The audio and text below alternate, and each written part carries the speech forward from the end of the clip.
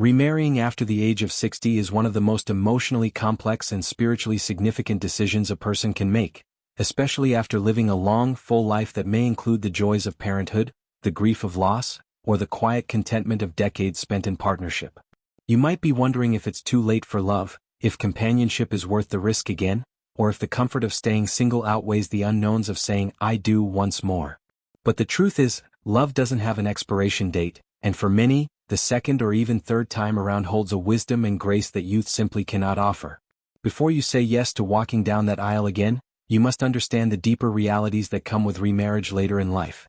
Truths that no one talks about at cocktail parties or senior luncheons, but truths that could make the difference between a peaceful union and a painful mistake. First, let's start with the heart. After 60, you're not falling in love the way you did at 25. You're not chasing butterflies, and you're no longer swayed by a charming smile or good looks alone. Now it's about shared values, emotional peace, companionship, and most importantly, respect. Many older adults find themselves drawn to someone who makes them feel safe and seen. Not someone who completes them, but someone who joins them on the rest of the journey. This kind of love is calm, steady, and deeply comforting. It may not keep you up at night in nervous anticipation, but it helps you sleep better knowing you're not alone. That being said, don't mistake maturity for immunity. You can still get hurt, manipulated, or blindsided, which is why truth number one is so crucial. Make sure you're entering this union from a place of healing, not loneliness. It's tempting to say yes to someone simply because they fill a quiet space in your home or answer the phone when no one else does. But you must ask yourself, do I feel like more of myself when I'm with this person, or am I losing parts of who I am just to be with them?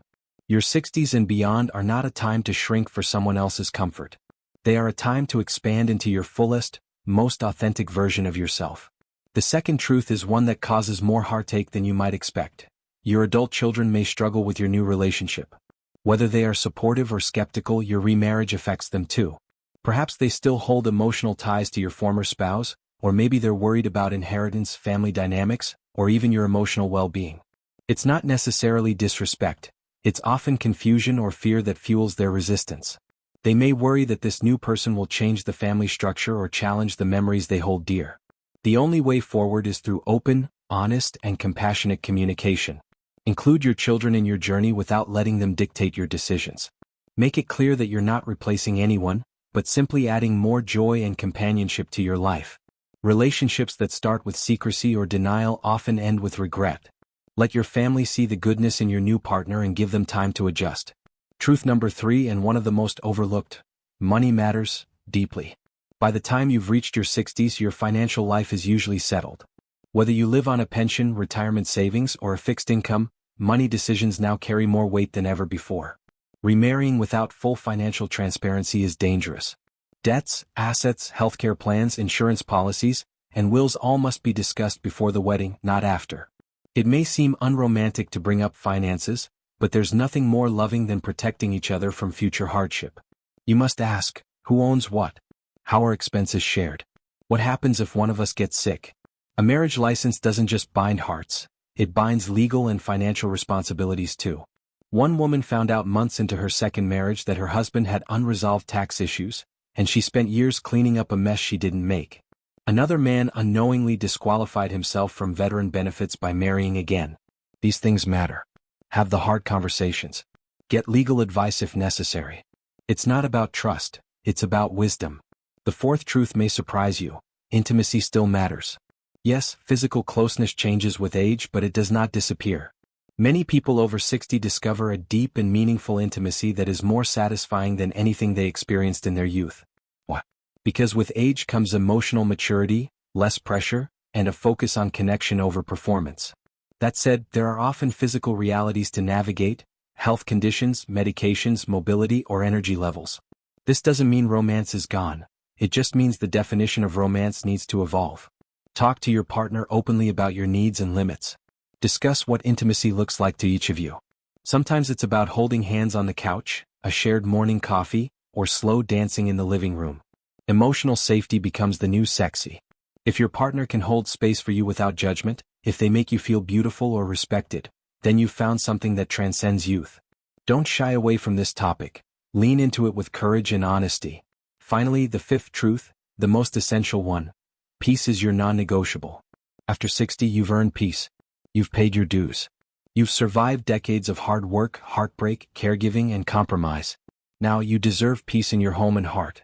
If your new relationship brings more chaos than calm, that's a red flag. You don't need to be constantly explaining yourself, defending your choices, or fixing someone else's mess.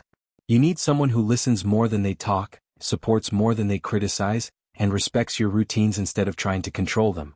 A good partner at this stage adds harmony to your life, not stress. They should feel like coming home, not like another battle to survive. If you find yourself anxious, walking on eggshells, or questioning your worth in the relationship, pause. Do not confuse temporary excitement with long-term stability. Love after 60 should feel like an exhale, not a roller coaster. So, where does all this leave you? Hopefully wiser and more grounded.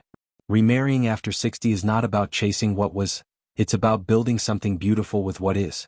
You have the power to choose wisely, love deeply, and protect your future with the same care you've given to everyone else all these years. If your partner sees your soul, not just your smile, and if they're willing to walk beside you with integrity, patience, and mutual respect, then you have something rare. And you should absolutely say yes. But if anything feels off, if you feel rushed, uneasy, or unbalanced, trust that inner voice. You didn't come this far to settle. Your time, your energy, and your peace are more precious than ever. You can love again. You can marry again. Just make sure that when you do, it's not out of fear or loneliness, but from a place of joy, clarity, and confidence. Because you deserve a partner who honors your past, cherishes your present, and helps you create a future full of laughter, comfort, and deep companionship. If you found this message helpful, share it with someone you care about. There are thousands of older adults out there considering this very decision. Your story could help them make it wisely.